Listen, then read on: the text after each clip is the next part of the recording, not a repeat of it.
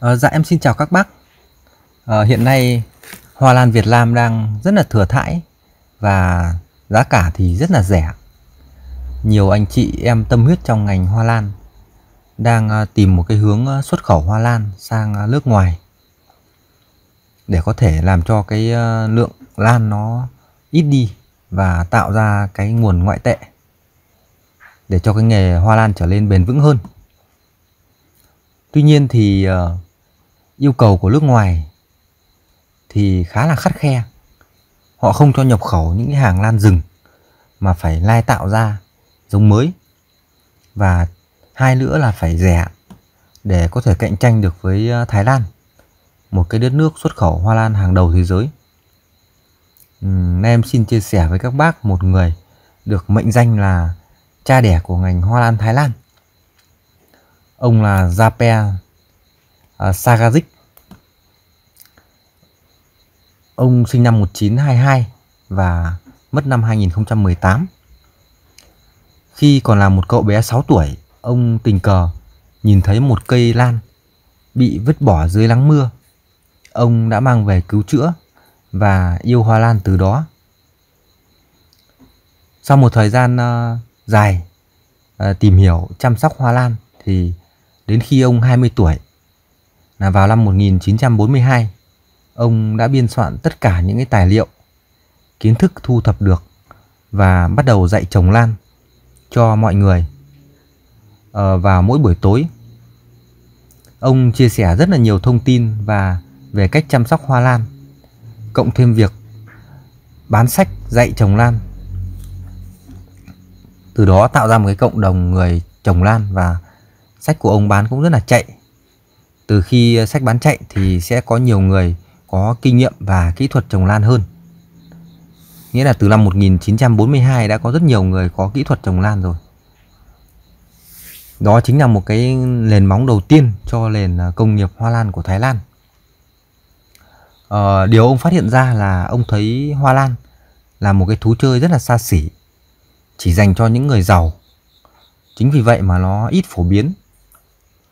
Ông trăn trở là phải làm thế nào để hoa lan có thể tiếp cận được với nhiều người và người nghèo cũng có thể chơi hoa lan được. Khi đó thì sẽ tạo ra một cộng đồng chơi và trồng hoa lan rất là lớn. Khi số lượng lớn thì sẽ xuất khẩu được. Vì vậy ông đã nghiên cứu, lai tạo ra rất là nhiều giống mới và tìm mọi cách để giảm cái chi phí trồng lan.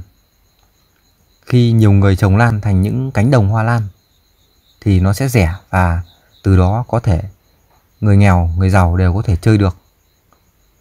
Nhờ ông mà từ đó Thái Lan đứng top đầu trong việc xuất khẩu hoa lan ra ngoài thế giới.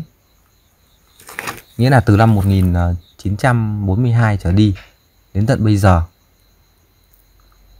Chính vì vậy mà ông được mệnh danh là cha đẻ của ngành hoa lan Thái Lan. Cả cuộc đời ông làm việc tận tụy đến gần cuối đời. Ở Việt Nam thì nhập rất là nhiều hoa lan của Thái Lan. Em nhớ là có cả những cái vườn lan ở bên Việt Nam mình ấy, nhập lan của Thái Lan nhiều đến mức độ mà còn được tặng cả kỷ niệm chương và được chụp ảnh chung cùng với cả Bộ trưởng Bộ Nông nghiệp Thái Lan. Thì chứng tỏ lượng nhập hàng nó rất là khủng khiếp.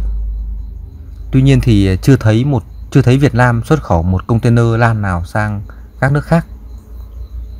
Trong tương lai hy vọng là các bác có tâm huyết ở tại Việt Nam có thể tạo ra những bộ giáo trình trồng và chăm sóc hoa lan để có thể tạo ra những cánh đồng hoa lan để xuất khẩu được như bên Thái Lan.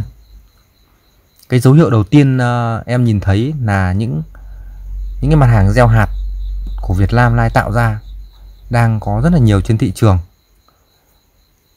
Đó là cái gốc rễ để phát triển hoa lan sau này. Trải qua một cái sự bùng nổ hoa lan đột biến thì có những cái sự mất mát rất là lớn. Tuy nhiên trong cái rủi thì mình lại có cái may.